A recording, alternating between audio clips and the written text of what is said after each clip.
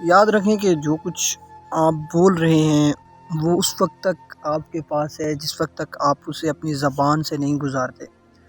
مولانا روم نے گفتگو کے 3 دروازے بتائے تھے۔ آپ کہا کرتے تھے کہ آپ کا کلام جب تک ان 3 دروازوں سے گزر نہ جائے آپ اس وقت تک اپنا منہ نہ کھولیں۔ تو اس میں سے پہلا دروازہ کون سا ہے؟ پہلا دروازہ ہے کہ سچ کا۔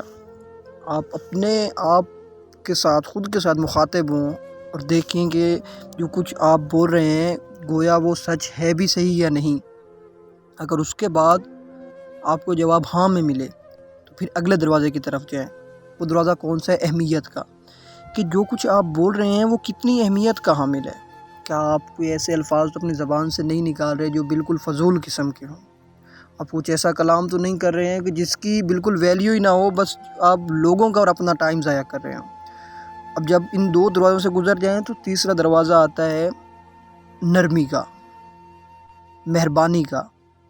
آپ اپنے آپ سے پوچھیں، اپنے دماغ سے سوچیں کہ کیا جو آپ بول رہے ہیں اس میں آپ کا لہجہ کتنا پر اثر ہے، آپ کے الفاظ دوسروں کو ہرٹ تو نہیں کریں گے، اور اس کے علاوہ وہ الفاظ دوسرے کے لیے کتنے اہمیت کے حامل ہوں گے، اس کے دل پر کتنا اثر کریں گے۔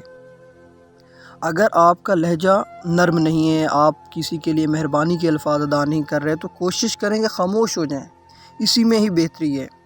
جب آپ کی زبان میں، آپ کے کلام میں، آپ کی ذات میں یہ 3 دروازے شامل ہو جائیں گے، پھر آپ کا کلام پر اثر بھی ہوگا، لوگوں کو آپ کی طرف اٹریکٹ بھی کرے گا۔ یاد رکھیں، شخصیت آپ اس وقت تک نہیں نکھار سکتے جس وقت تک آپ کے الفاظ اگلے بندے کے اوپر اثر نہیں کرتے۔ آپ نے اپنی شخصیت ان الفاظ پہ منظم کر دی ہے۔ جب تک آپ اچھا بولیں گے نہیں، کسی کو اپنی طرف اٹریکٹ نہیں کر سکیں گے۔